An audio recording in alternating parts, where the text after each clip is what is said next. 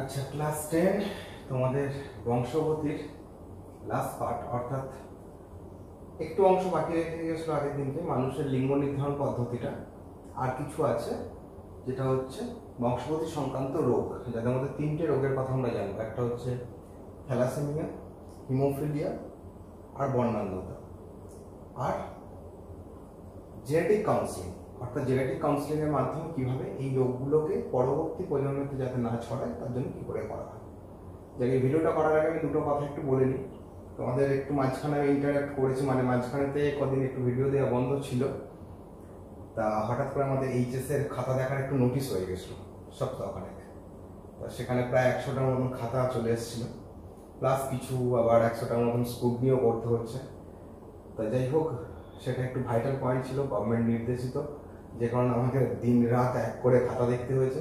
এবং এটা সবারই জন্যই চাপ হয়ে গেছে, হঠাৎ করে নোটিশ হয়ে যাওয়ার জন্য। আগে থেকে বলা নেই কিছু, যে খাতা ধরিয়ে দিয়েছে। এবং আমাদের যিনি হেড এক্সামিনার তিনিও বর্ধমান সাইডের খাতা পাঠাতে পারেননি, যে কারণে আরামবাগ সাইডের স্যারদের একটু চাপ বেড়েছে।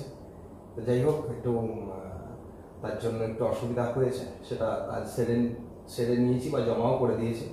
এবং মাঝখানে দুটো প্রাকৃতিক বিপর্যয়, বড় বড় আমফান এবং লাস্ট কালবৈশাখী ঝড়ও তোমাদের প্রচুর আমফানের থেকেও বেশি হয়েছে, যে কারণে ইলেকট্রিসিটি না থাকার কারণেও আমি দিন তিনেক প্রায় স্টপ হয়ে রয়েছি, কাজ করতে পারিনি। তা যাই হোক, তোমাদের আবার শুরু করেছি, আশা করি এরপর থেকে আবার কন্টিনিউ হবে। আশা করি সবাই বিষয়টা বুঝতে পেরেছে। মাঝখানে আমি কাউকে অবশ্যই জানাইনি, নোটিশ করিনি, সেটা কদিন আগেই জানিয়েছি তোমাদেরকে কেন বন্ধ ছিল। যাই হোক, তোমরা আগের ক্লাসটা একবার দেখে নেবে, ফলো আপ করে নেবে, নিয়ে আবার এই ক্লাস থেকে শুরু করবে যেমন করছো। তো যাই হোক, মানুষের লিঙ্গ নির্ধারণ পদ্ধতি সম্বন্ধে বলতে গেলে ফার্স্ট যেটা বলে যে মানুষের ক্রোমোজোম। তাহলে মানুষের ক্রোমোজোম সংখ্যা হচ্ছে 46টা, যাদের মধ্যে অটোজোম হচ্ছে 44টা, অটোজোম হচ্ছে 44, আর সেক্স ক্রোমোজোম হচ্ছে দুটো থাকে। একটা মহিলাদের যদি হয় তাহলে মহিলাদের ক্ষেত্রে হচ্ছে প্লাস XX, আর পুরুষ হলে অটোজোম হচ্ছে 44 প্লাস সেক্স ক্রোমোজোম হচ্ছে XY। তা মানুষের কি করে লিঙ্গ নির্ধারণ হয়? তা মানুষের লিঙ্গ নির্ধারণ বলতে গেলে আমাদের অটোজোম এবং অ্যালোজোমের কথা আমরা আগেই পড়েছি। অর্থাৎ 44টা থাকে অটোজোম আর দুটো থাকে সেক্স ক্রোমোজোম। সেক্স ক্রোমোজোমগুলি প্রধানত মুখ্য ভূমিকা নেয় মানুষের লিঙ্গ নির্ধারণে, অর্থাৎ পুত্র সন্তান হবে না কন্যা সন্তান হবে। তা সেটা মানুষের লিঙ্গ নির্ধারণ পদ্ধতিকে এই জন্য আমরা দুটো ভাগে ভাগ করতে পারি। একটা হচ্ছে প্রাথমিক লিঙ্গ নির্ধারণ পদ্ধতি, অর্থাৎ ক্রোমোজোম কি ভূমিকা নেয়, আর একটা হচ্ছে গৌণ লিঙ্গ নির্ধারণ পদ্ধতি। সেখানে পরিবেশের কিছু প্রভাবও লিঙ্গ নির্ধারণকে, এবং শারীরবৃত্তীয় অনেক হরমোনস বা তাপমাত্রাও লিঙ্গ নির্ধারণে একটা গুরুত্বপূর্ণ ভূমিকা রাখে। তো যাই হোক, সেটা গৌণ লিঙ্গ নির্ধারণ পদ্ধতি। আমরা প্রাথমিক লিঙ্গ নির্ধারণ পদ্ধতির কথায় আগে যাবো। তো আমি এখান থেকে তোমাদের এটা ক্রস করে দেখাচ্ছি, তাই সেটা কিভাবে ঘটে সেটা আমরা দেখে নেব মানুষের লিঙ্গ নির্ধারণ পদ্ধতির ক্ষেত্রে। যাই হোক, আমি এখান থেকেই দেখিয়ে দিই তোমাদের, যে মহিলাদের ক্ষেত্রে দেখো যে এক প্রকারই তারা গ্যামেট উৎপাদন করে, অর্থাৎ ডিম্বাণু উৎপাদন করে। সেটা কি না 22A, অর্থাৎ আমরা জানি গ্যামেট উৎপাদনের সময় ক্রোমোজোম সংখ্যা n সংখ্যক হয়ে যায়, অর্থাৎ অর্ধেক হয়ে যায়। তাহলে 22A প্লাস X, এটা এক প্রকারেরই ডিম্বাণু উৎপাদন করে মহিলারা। কিন্তু পুরুষদের ক্ষেত্রে দেখো, যেহেতু দুটো সেক্স ক্রোমোজোম থাকে, একটা X একটা Y, সেহেতু এদের ক্ষেত্রে শুক্রাণু হয় দু প্রকারের। একটা হচ্ছে 22A প্লাস X, এটাকে বলা হয় গাইনোস্পার্ম। আর একটা হয় 22A প্লাস Y, এটাকে বলা হয় অ্যান্ডোস্পার্ম। তাহলে দু প্রকারের শুক্রাণু আর এক প্রকারের ডিম্বাণু উৎপাদন হয়। তা যদি আমরা দেখি, ধরো মহিলাদের ক্ষেত্রে যেহেতু এক প্রকারেরই ডিম্বাণু উৎপাদন হয়, তাহলে সব ক্ষেত্রেই তারা হবে 22A প্লাস X।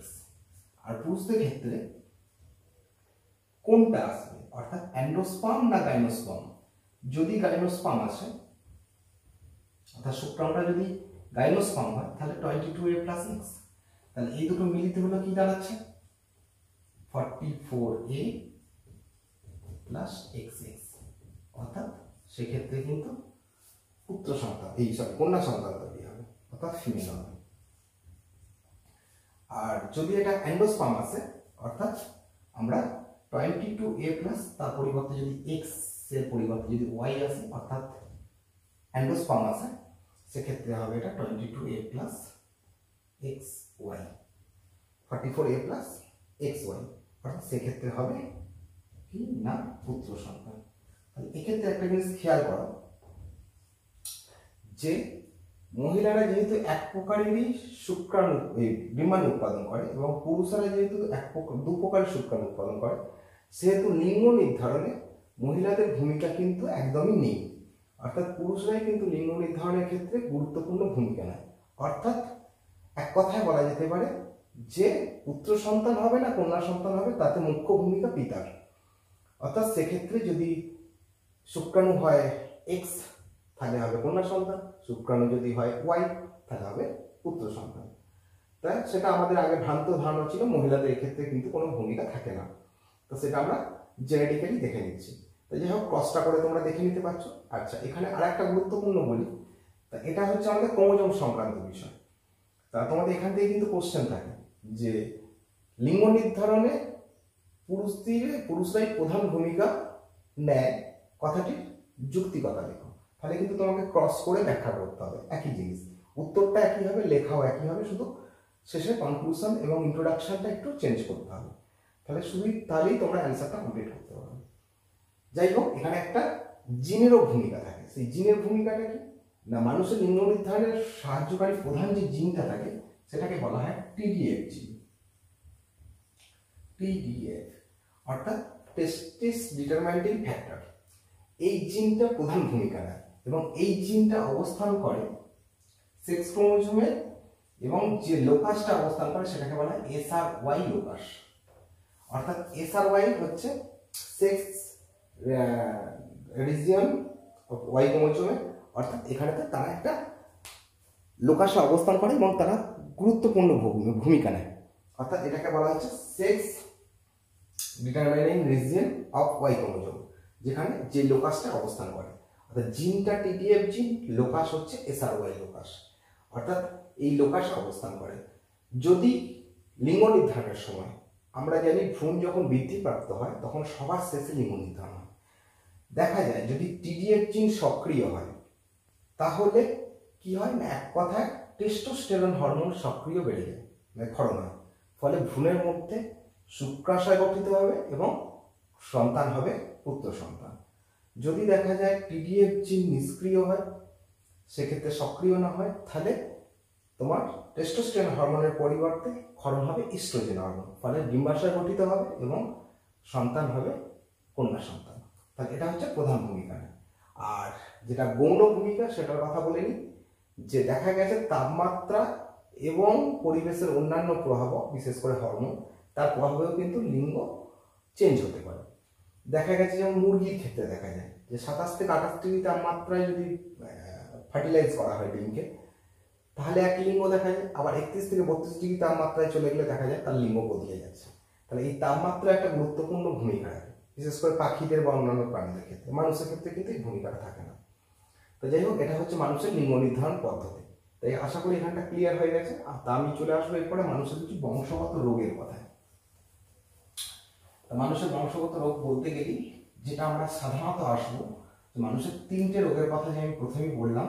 অর্থাৎ একটা হচ্ছে অটোজোম বাহিত প্রচ্ছন্নধর্মী রোগ, আর দুটো আছে এক্স ক্রোমোজোম বাহিত প্রচ্ছন্নধর্মী রোগ। তাহলে অটোজোম বাহিত প্রচ্ছন্নধর্মী রোগের মধ্যে পড়বে প্রধান যেটা হচ্ছে থ্যালাসেমিয়া। আর অটোজোম ধর্মী নয়, অর্থাৎ সেক্স ক্রোমোজোম বাহিত, বিশেষ করে এক্স ক্রোমোজোম দ্বারা বাহিত হয় দুটো রোগ, যেমন হিমোফিলিয়া আর তোমার বর্ণান্ধতা। তা এই 3টে রোগের কথা আমি একটু জানবো। তো যাই হোক, ফার্স্ট যেটা চলে আসে থ্যালাসেমিয়া।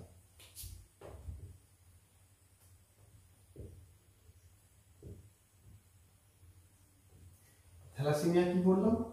অটোজোম বাহিত প্রচ্ছন্নধর্মী রোগ।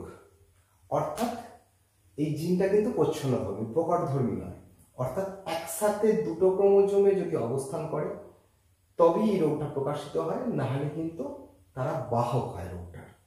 তা সাধারণত অটোজোম বাহিত এই রোগটার ক্ষেত্রে পৃথিবীতে একটা বড় থ্যালাসেমিয়া রোগের রোগী দেখা যায়।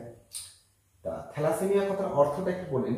থ্যালাসা কথার অর্থ হচ্ছে সমুদ্র, আর এমিয়া কথাটা এসছে রক্ত, এক কথায় রক্তের সমুদ্র। তা এটাকে মেডিটেরিয়ান হিমোফিলিয়াও বলা হয়, অর্থাৎ ভূমধ্যসাগরীয় অঞ্চলে প্রথম রোগটা ধরা পড়েছিল। তা ভূমধ্যসাগরীয় রক্তাল্পতা নামেও পরিচিত রোগটা থ্যালাসেমিয়া। তা যাই হোক, রোগটা ক্ষেত্রে যে ঘটনাটা ঘটে, অর্থাৎ আমাদের মানুষের যে রক্তে হিমোগ্লোবিন থাকে, সেই হিমোগ্লোবিনে যে 4টে পলিপেপটাইড শৃঙ্খল থাকে, তার মধ্যে থাকে 2টো আলফা আর 2টো বিটা। এই 2টো আলফা এবং 2টো বিটা, এই যে 4টে যে পলিপেপটাইড শৃঙ্খল, এই পলিপেপটাইড শৃঙ্খলের ত্রুটি দেখা যায়। অর্থাৎ পলিপেপটাইড শৃঙ্খল আবার বিশেষ করে তোমাদের দেখে নেবে যে আলফা থ্যালাসেমিয়ার ক্ষেত্রে দেখবে যে বলা আছে যে এক্ষেত্রে সেটার মধ্যে থাকে 141টা প্রোটিন নিয়ে গঠিত তারা, আর বিটা থ্যালাসেমিয়ার ক্ষেত্রে হচ্ছে 146টা প্রোটিন নিয়ে বা অ্যামাইনো অ্যাসিড নিয়ে গঠিত, প্রোটিনটা অ্যামাইনো অ্যাসিড নিয়ে গঠিত। তাহলে আলফা থ্যালাসেমিয়া হচ্ছে 141টা অ্যামাইনো অ্যাসিড নিয়ে গঠিত, বিটা থ্যালাসেমিয়া বিটা শৃঙ্খলটা হচ্ছে 146টা অ্যামাইনো অ্যাসিড নিয়ে গঠিত। তা অনেক সময় দেখা গেছে যদি এই গঠনের ত্রুটি থেকে যায় তাহলে কিন্তু হিমোগ্লোবিনটা ঠিকঠাক গঠিত হয় না, ফলে আরবিসি সাধারণত যে 120 দিন বাঁচে, সে 120 দিন বাঁচে না। সেক্ষেত্রে কি হয় না, এক্ষেত্রে এই হিমোগ্লোবিনটা 50 দিনের মধ্যে ভেঙে যায়, এবং ভেঙে যাওয়ার সাথে সাথে কি হয় না, রক্তে আরবিসির মৃত্যু ঘটে। ফলে কি হয় না, শরীরের মধ্যে হিমোগ্লোবিনের পরিমাণ কমতে থাকে এবং রোগী হিমোগ্লোবিনের অভাবজনিত রোগ দেখা যায়, যেটাকে বলা হচ্ছে এক কথায় না আমাদের হিমোগ্লোবিন যেটা অ্যানিমিয়া, অর্থাৎ সেক্ষেত্রে অ্যানিমিয়া রোগে ভুগতে থাকে বা রক্তের পরিমাণ কমে যায়, ফলে অক্সিজেন পরিবহন ব্যাহত হয়। তা এই রোগের ক্ষেত্রে কিছু লক্ষণ দেখা যায় যাদের ক্ষেত্রে রোগটা দেখা যায়। তো তার আগে আমি এটা বলে নেবো যে প্রকারভেদ কি প্রকার না। এক্ষেত্রে 2 ধরনের থ্যালাসেমিয়া সাধারণত লক্ষ্য করা যায়, একটা হচ্ছে আলফা থ্যালাসেমিয়া আর একটা হচ্ছে বিটা থ্যালাসেমিয়া।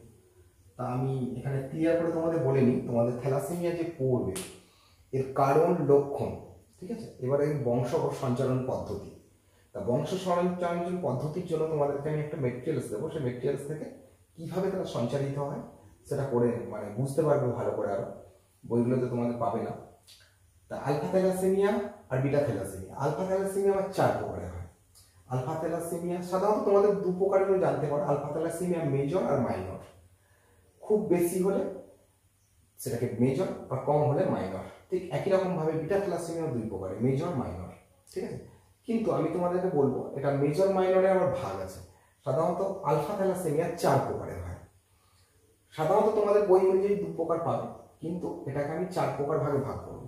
সেই 4 প্রকারের মধ্যে বলা আছে, দেখবি যে আলফা থ্যালাসেমিয়া মেজরের ক্ষেত্রে বা আলফা থ্যালাসেমিয়া মেজরটাকে বলা হচ্ছে তোমাদের হাইড্রোফিটালিস, আর একটা হচ্ছে হিমোগ্লোবিন এইচ রোগ। আর যেটা হয় আলফা থ্যালাসেমিয়া ট্রেট আর আলফা থ্যালাসেমিয়া সাইলেন্ট। এক্ষেত্রে তোমাদের সিম্বল দিয়ে দেখানো আছে, আগে কি করে ঘটে সেটা বলে নিই, কারণটা বলে নিই। সাধারণত আলফা থ্যালাসেমিয়া হয় আমাদের 16 নম্বর অটোজোম যেটা থাকে, সেই 16 নম্বর অটোজোমের দীর্ঘ বাহু যেটা, অর্থাৎ কিউ বাহুতে তার প্রান্ত দেশটা একটা ডিলিশন হয়, ঠিক আছে। এই প্রান্ত দেশে ডিলিশন মানে ক্ষয় হয়ে যায়, মানে এটা খুলে বেরিয়ে যায়, ক্ষয়ে যায়। ফলে কি হয়, হিমোগ্লোবিন গঠনে অর্থাৎ আলফা শৃঙ্খল গঠনের ত্রুটি থেকে যায়। এই আলফা শৃঙ্খল গঠনের ত্রুটি থাকলেই কি হয় না, আলফা থ্যালাসেমিয়া দেখা যায়। সাধারণত দেখা গেছে আলফা শৃঙ্খলে সাধারণত 2টো জিন থাকে, এবং 2টো জিনের জন্য সাধারণত 4টে জিন দেখা যায়। তা এই 4টে জিনেরই যদি ত্রুটি থাকে তাহলে আলফা থ্যালাসেমিয়া মেজর হয়। সেক্ষেত্রে কি হবে, আলফা থ্যালাসেমিয়া আলফাটা মাইনাস মাইনাস মাইনাস মাইনাস, অর্থাৎ থাকবেই না। তাহলে সেক্ষেত্রে কি হয় না, আলফা শৃঙ্খলের গঠনে ত্রুটি থেকে যায়। তা কোনো ক্ষেত্রে দেখা যায় যে 2টো শৃঙ্খলের ত্রুটি আছে, অর্থাৎ 2টো জিনের যদি ত্রুটি থাকে তাহলে মাইনর হবে, আর 4টে দিয়ে যদি ত্রুটি থাকে তাহলে মেজর হবে। অর্থাৎ 3টে ত্রুটি থাকলেও তাহলে সাইলেন্ট হবে, মানে তোমাদের একদম অল্প পরিমাণে দেখা যাবে। তখন কিন্তু বিটা থ্যালাসেমিয়া মানে বিটাটা ঠিক থাকে। আবার অনেক সময় দেখা যায় যে বিটা শৃঙ্খলে পুরোপুরি ত্রুটি থেকে গেছে, কারণ বিটা শৃঙ্খল সাধারণত 2টো জিন দ্বারা গঠিত হয়, এবং এই 2টো জিনের জন্য এটা সাধারণত হয় 11 নম্বর অটোজোমের পি বাহু অর্থাৎ ক্ষুদ্র বাহুতে। সাধারণত এটা দীর্ঘ বাহুতে, ছোট বড় আঁকা হয়ে গেছিল, ছোট দীর্ঘ বাহুতে, এটাই হচ্ছে কি না ক্ষুদ্র বাহুটা।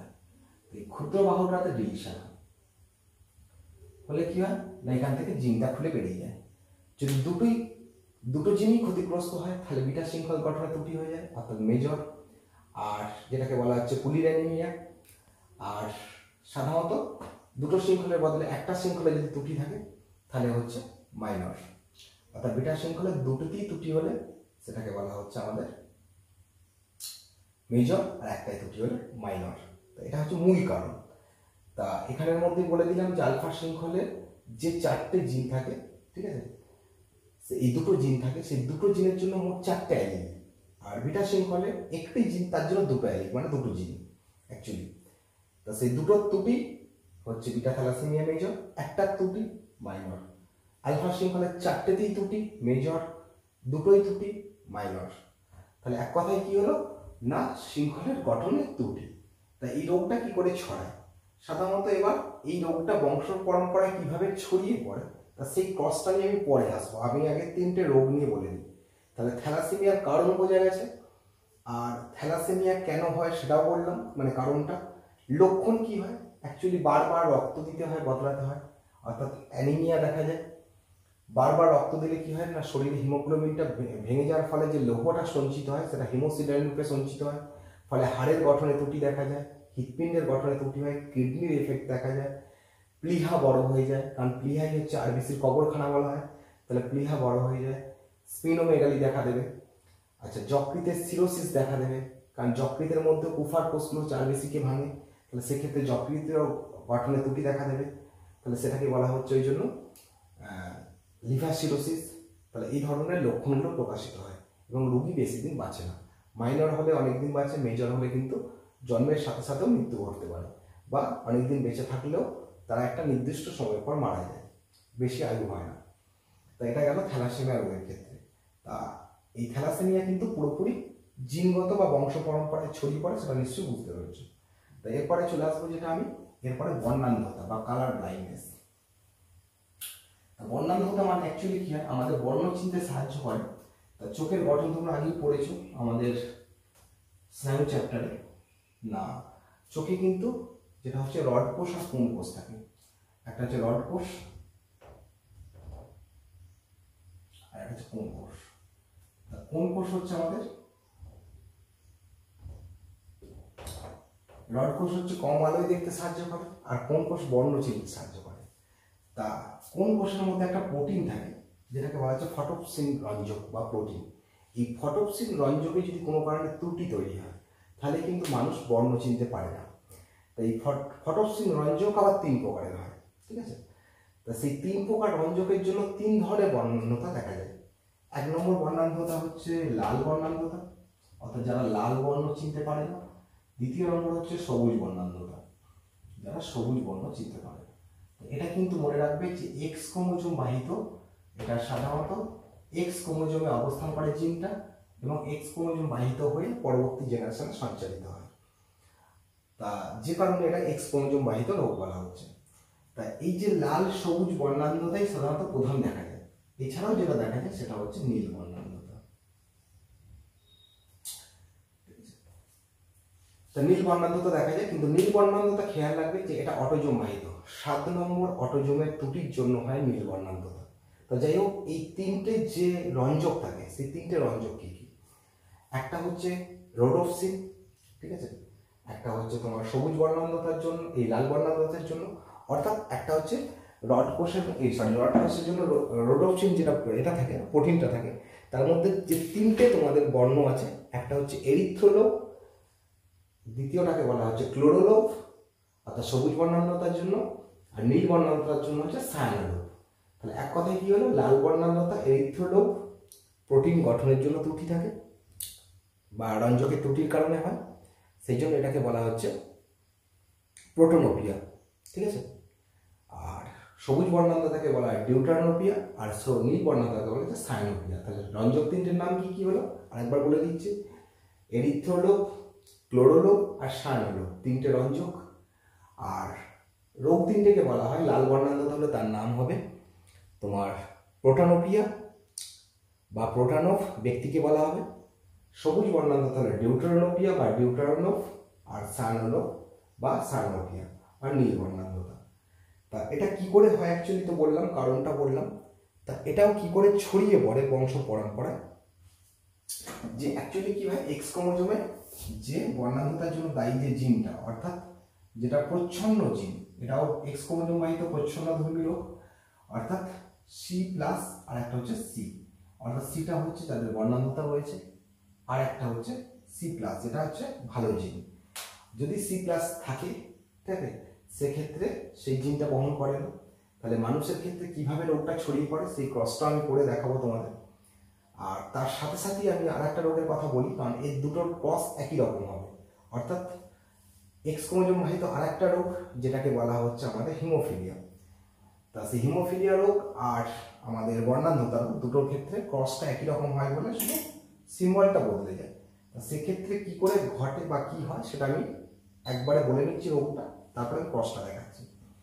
তা সেক্ষেত্রে কি হয়, অর্থাৎ যেটা হিমোফিলিয়া, হিমোফিলিয়া কথার অর্থ হচ্ছে এক কথায় যে মানুষের যদি কোনো স্থান কেটে যায়, আমরা জানি সেই স্থান থেকে রক্তক্ষরণ হয়, কিন্তু রক্তক্ষরণ বা রক্ততঞ্চন পদ্ধতি তোমরা 9-এ পড়েছো, অর্থাৎ কি করে রক্ত তঞ্চিত হয়। সেক্ষেত্রে রক্ততঞ্চনের জন্য আমাদের রক্তে থাকে কিছু প্রোটিন, সেই প্রোটিন গঠনে ত্রুটি হয়ে যায়, ফলে রক্ত তঞ্চিত হয় না ঠিকঠাক করে, ফলে রক্তক্ষরণ হতেই থাকে। তাহলে যে সকল ব্যক্তিদের ক্ষেত্রে হিমোফিলিয়া রোগটা দেখা যায় তাদের ক্ষেত্রে কিন্তু এই রোগটা স্বাভাবিকভাবে কিছু বোঝা যাবে না, কিন্তু কোনো স্থান কেটে গেলে রক্ত তঞ্চিত হয় না। তা 9-এ যখন পড়েছো তোমাদের একটা কথা ওখানে ছিল, দেখবে রক্ততঞ্চনের জন্য 13টা ফ্যাক্টর দেয়, ঠিক আছে। সেই 13টা ফ্যাক্টর যেমন আছে সেগুলোকে আমরা 1 নম্বর 2 নম্বর 3 নম্বর ফ্যাক্টর হিসেবে আমরা এগুলোকে চিহ্নিত করি, 3 নম্বর ফ্যাক্টর 4 নম্বর ফ্যাক্টর হিসেবে পরিচিত। তা এরকম 8 নম্বর ফ্যাক্টরের ত্রুটির জন্য যে রোগটা হয় তাকে বলা হচ্ছে হিমোফিলিয়া এ। 9 নম্বর ফ্যাক্টরের ত্রুটির জন্য যেটা হয় সেটাকে বলা হচ্ছে হিমোফিলিয়া বি। আর একটা হিমোফিলিয়া হয় আর এক প্রকারের, এটা হিমোফিলিয়া সি বলা হয়, সাধারণত 11 নম্বর ফ্যাক্টরের ত্রুটির কারণে হয়। তাহলে মোট প্রধানত দুটো প্রকারের হিমোফিলিয়া দেখা যায়, হিমোফিলিয়া এ বা যারই অপর নাম রয়্যাল হিমোফিলিয়া বা রাজকীয় হিমোফিলিয়া, আর একটা হয় যেটা হিমোফিলিয়া বি। তা হিমোফিলিয়া বি সাধারণত, রয়্যাল হিমোফিলিয়া কেন নাম হলো সেটা আগে বলিনি, তারপর হিমোফিলিয়া বি এর কথায় আসছি। বা হিমোফিলিয়া বিটাকে বলা খ্রিস্টমাস রোগ, বৈজ্ঞানিক ব্যক্তি যে প্রথম যে ব্যক্তির মধ্যে পাওয়া গেছিল তার খ্রিস্টমাস, তার নাম অনুসারে এটার নাম হয়েছে খ্রিস্টমাস। তা হিমোফিলিয়া এটা সাধারণত ইংল্যান্ডের রাজ পরিবারে রানী এলিজাবেথ এই রোগটার ক্যারিয়ার ছিলেন, বাহক ছিলেন। ফলে ইংল্যান্ডের থেকে সাধারণত ইউরোপীয় কান্ট্রিতে যেসব রাজ পরিবারে বিয়ে হতো, ম্যারেজ হতো, তাদের মধ্যে এই রোগটা কিন্তু ছড়িয়ে পড়ে, সেই জন্য এটার নাম দেওয়া হয়েছিল রাজকীয় হিমোফিলিয়া। আর হিমোফিলিয়া বি সাধারণত এটা 9 নম্বর ফ্যাক্টরের ত্রুটির কারণে হয়, বা যেটার অপর নাম হচ্ছে পিটিসি, প্লাজমা থ্রম্বোপ্লাস্টিন কম্পোনেন্ট বা পিটিসির কারণে হয়ে থাকে।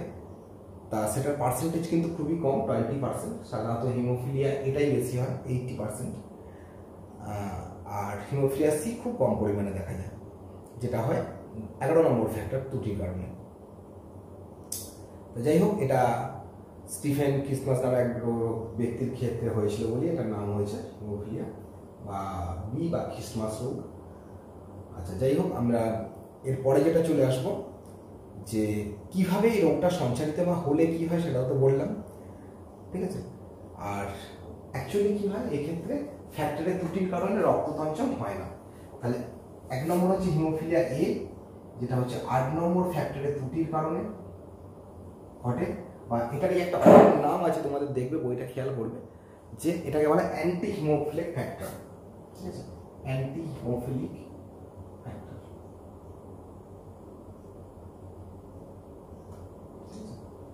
Anti haemophilic factor. আর হিমোফিলিয়া বি, যেটার নাম হচ্ছে পিটিসি বা প্লাজমা, তোমার ফুল ফর্ম দেওয়া আছে দেখবে, প্লাজমা থ্রম্বোপ্লাস্টিন কম্পোনেন্ট বলা হয়। আর হিমোফিলিয়ার যেটা সি, সেটা হচ্ছে 11 নম্বর ফ্যাক্টরের ত্রুটির কারণে হয়। তা তোমাদের 13টা যে ফ্যাক্টর ছিল ওখানে দেখলে, সেই 13টা ফ্যাক্টরের মধ্যে এই 3টে ফ্যাক্টরও তখন ছিল, কিন্তু তখন তোমরা ব্যাপারটা জানতে না। তা যাই হোক, এই 3টে রোগ কিভাবে ছড়িয়ে পড়ে সেটা একটু চলে আসি ব্যাপার। যে থ্যালাসেমিয়া নিয়ে আমাদের পড়বো, যে থ্যালাসেমিয়া একটা বংশ পরম্পরায় যে ছড়িয়ে পড়ে কিভাবে পড়বো। তা যে থ্যালাসেমিয়ার ক্ষেত্রে সাধারণত যে হয় থ্যালাসেমিক, তা তাকে আমরা কিভাবে করি না, এটা হচ্ছে থ্যালাসেমিয়ার ক্ষেত্রে যেটা করা যায়, তোমরা আর দিয়েও করতে পারো। Capital R. সাধারণত থ্যালাসেমিক জিনটাকে আমরা স্মল আর, এটা হচ্ছে থ্যালাসেমিক, যেহেতু প্রচ্ছন্নধর্মী জিন।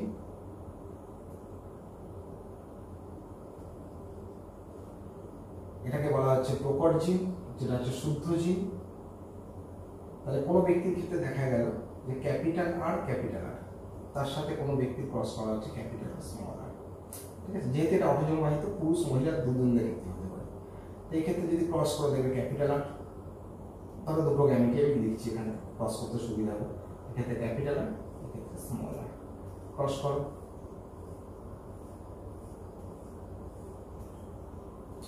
ক্যাপিটাল আর স্মল আর, ঠিক আছে। তারপরে চলে এসো ক্যাপিটাল আর স্মল আর। তাহলে এক্ষেত্রে আমরা কি দেখছি যে যেখানে ক্যাপিটাল আর স্মল আর অর্থাৎ যিনি বাহক, তাহলে আমি প্রথমে যে ক্রসটা করছি, একজন হচ্ছে শুদ্ধ ব্যক্তি যার মধ্যে কোনো জিনটা নেই, অর্থাৎ তিনি থ্যালাসেমিয়ায় আক্রান্ত নন এবং তার মধ্যে জিনটাও নেই, তিনি বাহকও নন। আর একজন হচ্ছে তিনি স্বাভাবিকভাবে থ্যালাসেমিয়ায় আক্রান্ত নন, তিনি কিন্তু বাহক অর্থাৎ ক্যারিয়ার। কোনো একজন ব্যক্তি ক্যারিয়ার আর একজন স্বাভাবিক, তাদের মধ্যে ম্যারেজ হলে তাদের যে সন্তানরা হতে পারে, তাহলে কি প্রকার হতে পারে?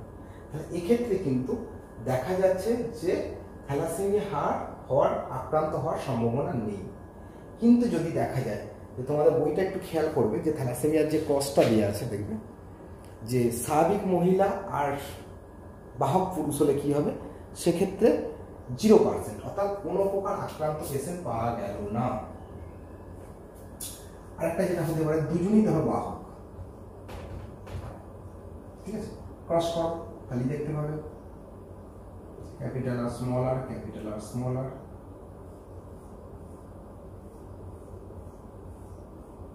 এক্ষেত্রে লক্ষ্য করো ক্যাপিটাল আর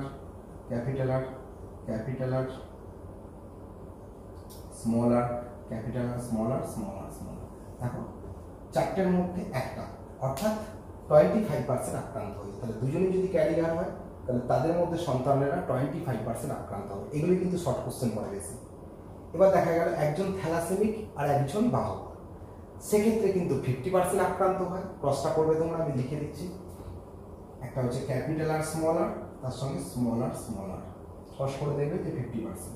আর দুজনেই যদি থ্যালাসেমিক হয়, স্মল আর তার সঙ্গে স্মল আর, তাহলে তো 100% অবশ্যই, ঠিক আছে। তাহলে এক্ষেত্রে আমরা 25% পেয়েছি, এটার ক্ষেত্রে পাবে 50%, আর দুজনই আক্রান্ত হলে 100%। তাহলে আমরা ক্রস করে বলে দিতে পারি। তাই এটা কিন্তু সিম্বল বিভিন্নভাবে নেওয়া যায়। কোনো ক্ষেত্রে আমরা এইভাবে লিখতে পারি থ্যালাসেমিক, ঠিক আছে, TH প্লাস, এটা হচ্ছে TH মাইনাস, বা TH দিয়েও লেখা যায় থ্যালাসেমিক। তাই এইভাবেও কিন্তু আমরা করতে পারি ক্রসটা, ঠিক আছে। তাহলে যে কোনো সিম্বল দিয়েই করা যেতে পারে। সিম্বলটা আমার নিজের কাছে, তুমি যেমন পাবে। অনেক নোটস বই বা অনেক বইয়েতে দেখবে, হায়ার ক্লাসের বইয়েতেও অনেক ধরনের সিম্বল ইউজ করা হয়েছে, TH প্লাস দিয়ে বা TH মাইনাস দিয়েও করা হয়েছে। যাই হোক, এটা হচ্ছে থ্যালাসেমিয়া কিভাবে সঞ্চারিত হয় সেটা গেল। এরপরে যেটা চলে আসতো যে দুটো রোগের কথা যেটা বলছিলাম, সেই দুটো রোগ একটু গুরুত্বপূর্ণ বা মনোযোগ সহকারে একটু দেখবে, যদি এক্স ক্রোমোজোম দ্বারা বাহিত হয়। তাহলে 44A অটোজোম, তার সঙ্গে ধরো XX মহিলা। তাহলে এক্ষেত্রে বলে রাখি যে আমরা প্রথমে করছি বর্ণান্ধতা। বর্ণান্ধতার জিনটাকে বলা হচ্ছে সি, ঠিক আছে। আর স্বাভাবিক জিনটা হচ্ছে C+। এক কথা কি বললাম, কেন C++ লিখছি না, ক্যাপিটাল সি স্মল সি আমরা আলাদা করে বুঝতে পারি না, সেই জন্য C++ নিলাম। তাহলে কোনো স্বাভাবিক জিন বলে দিলাম কি, যেটা হচ্ছে প্রকটধর্মী জিন, যেটা C, অর্থাৎ যেটা স্বাভাবিক জিন। প্রচ্ছন্নধর্মী জিন, যেটা হচ্ছে C+, উল্টো বলে ফেলেছি। বর্ণান্ধতার জন্য যেটা হচ্ছে তোমার প্রচ্ছন্ন জিন, সেটা হচ্ছে C, এটা প্রচ্ছন্ন। এটা বর্ণান্ধতার জন্য দায়ী জিন। আর যেটা স্বাভাবিক জিন সেটা C+, এটা হচ্ছে স্বাভাবিক, এটা প্রকট, স্বাভাবিক প্রকট। এবার তোমাদেরকে একটা আমি ক্রস করলাম যে কোনো একজন ধরো বর্ণান্ধ পুরুষ এবং মহিলারা কি হয়, এবং তাদের মধ্যে আমি একটা ক্রস করে দেখাবো। আমি আগে একটা বলে নিই। সাধারণত এখানে লক্ষ্য করে যে পুরুষেরা কয় প্রকার হয়, কি যেখানে স্বাভাবিক পুরুষ কি হতে পারে, 44A প্লাস XY, তাহলে XC প্লাস Y। যেহেতু এখানে ওয়াই ক্রোমোজোমের সঙ্গে কোনো সম্পর্ক নেই সেহেতু এটা ওয়াই ক্রোমোজোম, আলাদা করে থাকবে, তার সঙ্গে কোনো সম্পর্ক নেই। এটা হচ্ছে স্বাভাবিক পুরুষ। এবার হচ্ছে কি 44A প্লাস XCY, ইনি হচ্ছেন বর্ণান্ধ পুরুষ। তাহলে এখানে লক্ষ্য করো পুরুষদের ক্ষেত্রে একটাই যেহেতু এক্স ক্রোমোজোম থাকে, সেটা যদি সি প্লাস হয় তাহলে সে স্বাভাবিক হবে, যদি সি হয় তাহলে সে বর্ণান্ধ হবে। পুরুষেরা কিন্তু কখনো বাহক হয় না। কেন বাহক হয় না? কারণ পুরুষেরা হেমিজাইগাস অবস্থা থাকে। এই টার্মটা আমি একটু উল্লেখ করে দিই, ব্যাখ্যা করে দিই, কারণ হোমোজাইগাস হেটারোজাইগাস নামটা করে দিই। হেমিজাইগাস জিনিসটা কি আমি আবার লিখছি এখানে, হেমিজাইগাস।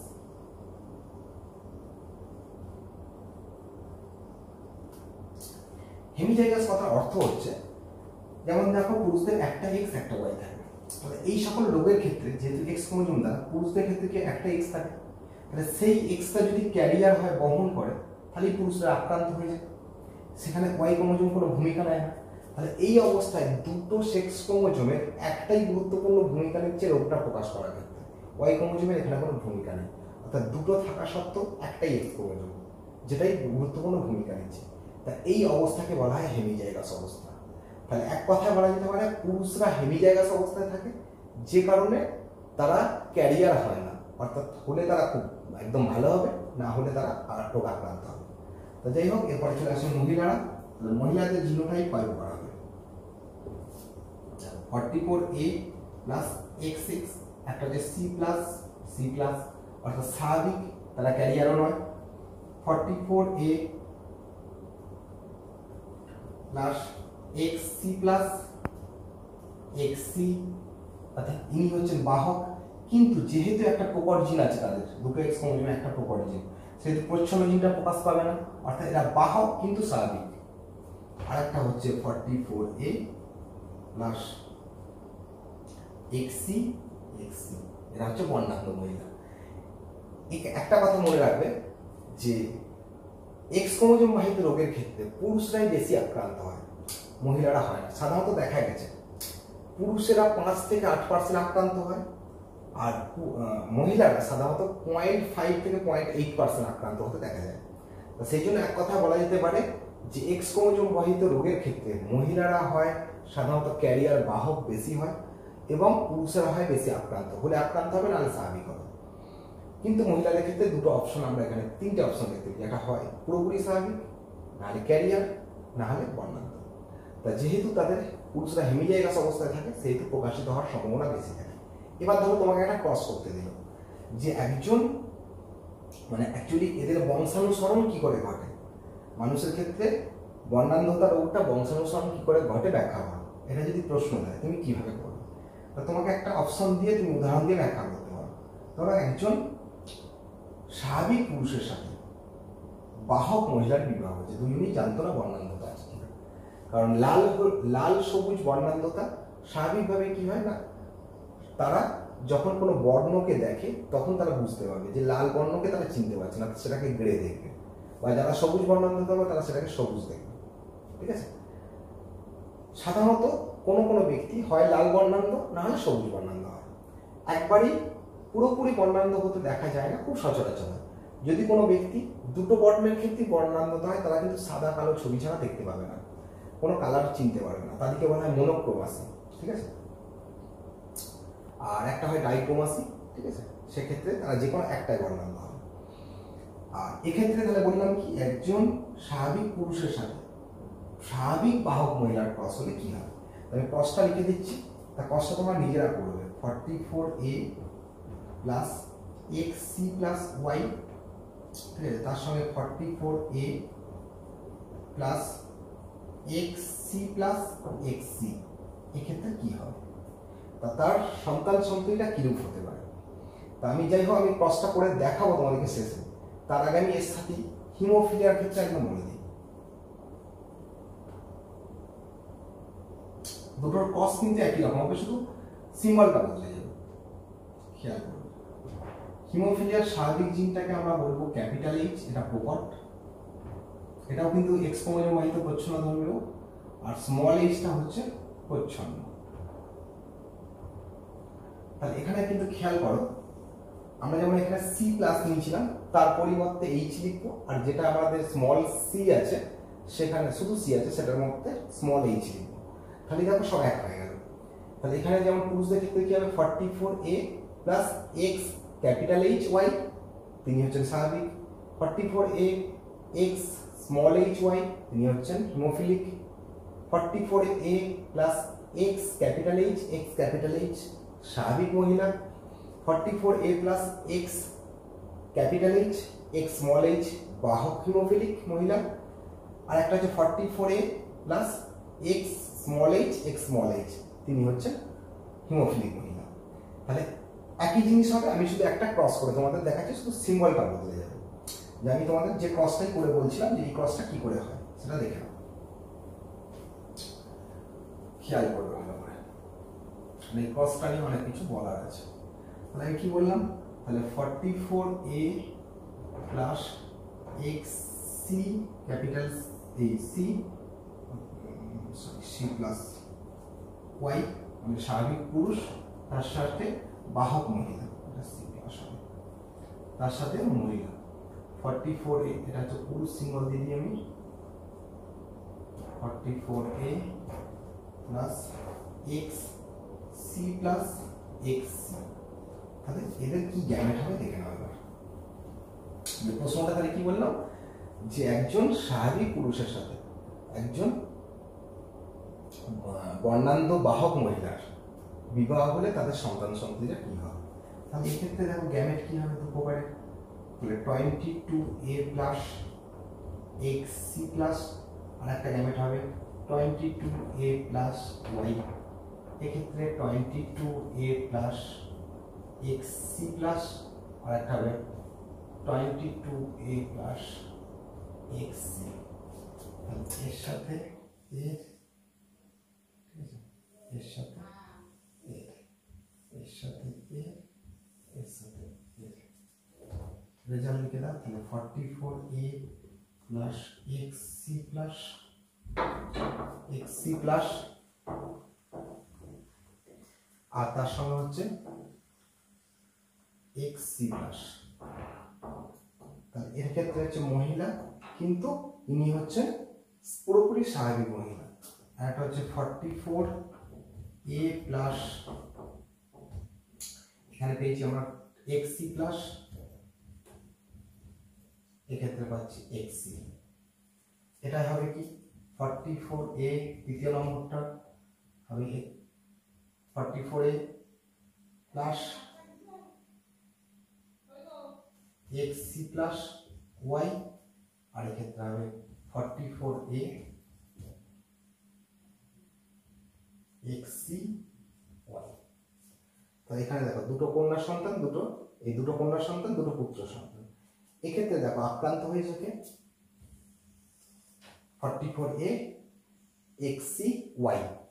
তাহলে যে পুত্র সন্তানটা সে কিন্তু আক্রান্ত। এখানে দেখো আর কেউ আক্রান্ত নেই, একজন কন্যা সন্তান পুরোপুরি স্বাভাবিক, একজন বাহক স্বাভাবিক পুত্র সন্তান, আক্রান্ত পুত্র সন্তান। তাহলে এক্ষেত্রে যদি আমরা কন্যা সন্তান দিকে 100% ধরি আলাদা করে, আর পুত্র সন্তান দিকেও যদি 100% ধরি, রেজাল্ট কিভাবে নিব? তাহলে আমরা বলতে পারি এক কথায় যে সন্তানদের মধ্যে হলে 4টে হয়েছে, তার মধ্যে একটা আক্রান্ত মানে 25%। তাহলে যদি বলি সব সন্তানদের মধ্যে হলে 25% আক্রান্ত, আর যদি বলি পুত্র সন্তানদের মধ্যে কত আক্রান্ত, তাহলে হচ্ছে 50%, কারণ দুটোর মধ্যে একজন আক্রান্ত। তাহলে এটাকে যদি 100% ধরি তাহলে হচ্ছে 50% আক্রান্ত, আর যদি 4 জনের মধ্যে ধরি তাহলে 25% আক্রান্ত, আর কন্যা সন্তানদের মধ্যে 100%ই তারা স্বাভাবিক। তাহলে এই যে রেজাল্টটা পেলাম, তাহলে এইভাবে কিন্তু তোমাদের অনেক প্রবলেম করা যেতে পারে। আর এটাই তোমাদের হিমোফিলিয়ার ক্ষেত্রে করবে। এটা একটা ধরো ক্যাপিটাল এইচ ওয়াই, এটা হচ্ছে ক্যাপিটাল এইচ, একটা স্মল এইচ, একই ধরনের ক্রস হবে, তারও রেজাল্ট তোমাদের একই রকম ভাবে লিখবে। তাহলে এক্ষেত্রে কিন্তু আমাদের সেই রেজাল্ট একই আসবে, সেক্ষেত্রে হিমোফিলিক হবে শুধু বর্ণান্ধর পরিবর্তে। তাহলে এক্ষেত্রে আমরা কিন্তু দুটো ক্রস কিন্তু করে নিতে পারলাম। তাহলে এক্ষেত্রে হয়তো কি করে বংশানুসরণ সঞ্চালিত হয় সেটা লক্ষ্য করে। তাহলে এখানে খেয়াল করো যেটা হয়েছিল যে পুত্র সন্তান আক্রান্ত হয়েছিল, কিন্তু কে বাহক ছিল? মহিলা। সে ছিল কে না 44A plus XC plus XC। এখান থেকে রোগটা কার মধ্যে গেছে না তার পুত্রের মধ্যে। এখানে 44A প্লাস XCY। সাধারণত যেগুলো এক্স ক্রোমোজোম বাহিত প্রচ্ছন্নধর্মী রোগ হয় সেই রোগগুলোকে বলা হয় ক্রিস ক্রস উত্তরাধিকার। কেন না মাতা থেকে তার সন্তানের মধ্যে এবং তার সন্তান থেকে আবার তার কন্যার মধ্যে এবং সেই কন্যা থেকে আবার তার পুত্রের মধ্যে সঞ্চালিত হয়। তা সেহেতু লিঙ্গ চেঞ্জ করে করে এটা যায়। একই রকম ভাবে ঘুরিয়ে বলা যেতে পারে যে পুত্র মানে মাতা থেকে যেমন সন্তানের মধ্যে, তাহলে পিতা থেকে তার কন্যা হয়ে তার পুত্রের মধ্যে সঞ্চালিত হয়। তাহলে এই জন্য এটাকে বলা হচ্ছে ক্রিস ক্রস উত্তরাধিকার। তাহলে এইভাবে সঞ্চালিত হয় এটা প্রত্যেক জেনারেশন ওয়াইজ, অর্থাৎ মাতা থেকে পুত্র, পুত্র থেকে আবার তার কন্যা। একই রকম ভাবে পিতা থেকে কন্যা, কন্যা থেকে তার পুত্রে সঞ্চালিত হয়। কারণ সাধারণত এটা মনে রাখবে যে পিতার এক্স ক্রোমোজোমটা তার কন্যা পায়, কিন্তু ওয়াই ক্রোমোজোমটা কখনো কন্যা পায় না। কিন্তু মাতাদের ক্ষেত্রে যেহেতু দুটো এক্স ক্রোমোজোম আছে, তার একটা এক্স ক্রোমোজোম তার পুত্রের মধ্যে যায়। যেহেতু খেয়াল করো যে মাতাদের দুটো এক্স ক্রোমোজোমের একটা ক্রোমোজোম পায় পুত্রেরা তার মাতা থেকে, সেহেতু এই এক্স ক্রোমোজোমটা কোথা থেকে আসার সম্ভাবনা থাকে? মাতা থেকে। তাহলে সেই কারণে এক্স ক্রোমোজোম বাহিত রোগগুলো সাধারণত মাতার থেকে পুত্রে, পুত্র থেকে আবার তার কন্যায়। ঠিক একই রকম ভাবে পিতাদের ক্ষেত্রে কি হয়, যদি আমরা লিখি এটা 44A প্লাস XCY যদি হয়, এটা বা ধরো XC প্লাস ছিল, এই ক্ষেত্রে এক্স ক্রোমোজোমটা কে পায়? কন্যা। ওয়াই ক্রোমোজোম যেহেতু কন্যার মধ্যে আসে না, তা সেহেতু এটাকে বলা হয় ক্রিস ক্রস উত্তরাধিকার। ঠিক আছে, যাই হোক আমরা রোগটার ক্ষেত্রে তার সঞ্চার পদ্ধতিও জানলাম। এবার চলে আসবো যে সাধারণত কোন টেস্ট করে জানা যায় যে এটা আছে কিনা। সাধারণত আমাদের থ্যালাসেমিয়া টেস্টের ক্ষেত্রে যেটা করা হয় HPLC টেস্ট, যেটা যার মাধ্যমে ক্যারিয়ার হয়েছে কিনা জানা যায়। আর বর্ণান্ধতা থাকলে যেটা ইসিহারা কার্ড, তার মাধ্যমে জানা যায়। অর্থাৎ বর্ণ চিনতে দেওয়া হয়, অর্থাৎ একটা গোল দেবে কার্ড থাকে, তার মধ্যে ডট ডট করে কিছু লেখা থাকে, আর একটা ডিজিট লেখা হয়েছে 17, সেটা সবুজ কালি দিয়ে লেখা হয় যে লালের মাঝখানে। যিনি বা কিছু গ্রে ডটও থাকে এখানে, যিনি বর্ণান্ধ হবে, সবুজ বর্ণান্ধ, তিনি এটা পড়তে পারবেন না, এটাকে বলে ইসিহারা কার্ড। আর যেটা হচ্ছে আমাদের হিমোফিলিয়া, হিমোফিলিয়া কিন্তু আমাদের কালার টেস্ট দিয়ে করেই জানা যায়, অর্থাৎ তার প্রোটিন টেস্ট করেই কিন্তু জানা যায় যে তার কোন ফ্যাক্টরে ত্রুটি আছে, সেটা নির্ণয় করা যায়। HPLC টেস্টের মাধ্যমে কিন্তু থ্যালাসেমিয়ার ক্যারিয়ার নির্ণয় করা হয়। যে আর একটা কথা বলে নিই এখানে ছোট করে, যে সাধারণত পৃথিবীতে দেখা গেছে মোট থ্যালাসেমিক পেশেন্টদের 4% হয় ডেল্টা থ্যালাসেমিক। আর ডেল্টাটা কি? সাধারণত অনেক সময় দেখা গেছে যে কিছু কিছু ব্যক্তির ক্ষেত্রে ডেল্টা শৃঙ্খল দেখা যায় বিটার পরিবর্তে। তো সেক্ষেত্রে কিন্তু ডেল্টা শৃঙ্খলে ত্রুটি থাকলে তাদের ডেল্টা থ্যালাসেমিয়া বলা হয়। এটা খুব কম, মানে 4% ডেল্টা থ্যালাসেমিয়া হয়। আর সাধারণত বিবাহের পূর্বে জেনেটিক কাউন্সিলিং করা কেন প্রয়োজন? জেনেটিক কাউন্সিলিং কেন করা হয়? সাধারণত যারা জেনেটিক কাউন্সিলার হয় তা সেখানে কেউ ক্যারিয়ার আছে কিনা সেটা নির্ণয় করা হয়, বিবাহের পূর্বে এটা করা হয়। তাই সাধারণত যদি কেউ ক্যারিয়ার থাকে তাহলে তার মাধ্যমে তার সন্তানদের মধ্যে যদি সঞ্চারিত হয়ে যায় তাহলে তারা কিন্তু এই রোগে আক্রান্ত হয়। যেহেতু জেনেটিক রোগ, এটা সারানো যায় না, তা সেহেতু বলা যেতে পারে যে বিবাহের পূর্বে কিন্তু এই ধরনের ক্যারিয়ার আছে কিনা এটা নির্ণয় করে নিয়ে টেস্ট করাটাই ভালো। তা যে কারণেই জেনেটিক কাউন্সিলিংয়ের গুরুত্ব অপরিসীম। তা সাধারণত তোমাদের প্রশ্ন করে জেনেটিক কাউন্সিলিংয়ের গুরুত্ব দেখো, আমি একটা গুরুত্ব বললাম, এরকম আরও অনেক গুরুত্ব হয়। সাধারণত ভ্রূণের লিঙ্গ নির্ধারণের সময়তেই জেনেটিক কাউন্সিলিং করে দেখা যায়। ভ্রূণ অবস্থাতেই তাকে যদি আমরা পৃথিবীতে আসতে না দেওয়া হয় তাহলে সেক্ষেত্রে কিন্তু রোগগ্রস্ত সন্তান জন্মাবে না। যে কারণেই কিন্তু এটা ভ্রূণ অবস্থাতেও সাধারণত লিঙ্গ নির্ধারণ বাদ রেখে সাধারণত যখন টেস্ট করা হয় তার অ্যামনিওসেন্টেসিস পদ্ধতিতে জেনেটিক কোনো ত্রুটি আছে কিনা দেখা যায়। সেই সব ত্রুটি যদি থাকে তাহলে কিন্তু থ্যালাসেমিক পেশেন্ট বা এই ধরনের পেশেন্ট কিন্তু পৃথিবীতে সংখ্যা অনেক কমে যেতে পারে। যে কারণে জেনেটিক কাউন্সিলিং করাটা অত্যন্ত, এবং সবথেকে ভালো হচ্ছে বিবাহের পূর্বে দেখে নেওয়া যে কেউ ক্যারিয়ার আছে কিনা বা কেউ রোগগ্রস্ত কিনা, এবং তার সাথে যে মহিলার বিবাহ হচ্ছে তার সাথে বিবাহ হলে তার সন্তানেরা এটা সঞ্চারিত হতে পারে কিনা তা সেটা নির্ণয় করা যেতে পারে। যাই হোক, এখানটা তোমাদের খুবই গুরুত্বপূর্ণ জায়গা, যদিও আমি খুব একটু স্পেডিলি করলাম, অনেকগুলো ক্লাস বাকি পড়ে গেছিলো তোমাদের। তা যাই হোক, এটা করবে, প্রত্যেকে রেডি করবে। রেডি করে যদি কারোর অসুবিধা হয়, আমি এগুলোও বললাম ক্রসগুলো, আর আমি এখান থেকে যে হিমোফিলিয়ার বংশানুসরণ বর্ণনা করো সেটা কীভাবে লিখবে আমি একটা ম্যাটেরিয়ালস দেবো, সেটা তোমরা পড়ে নেবে। যাই হোক, এটা এখান পর্যন্তই থাকছে তোমাদের ক্লাস আজকে।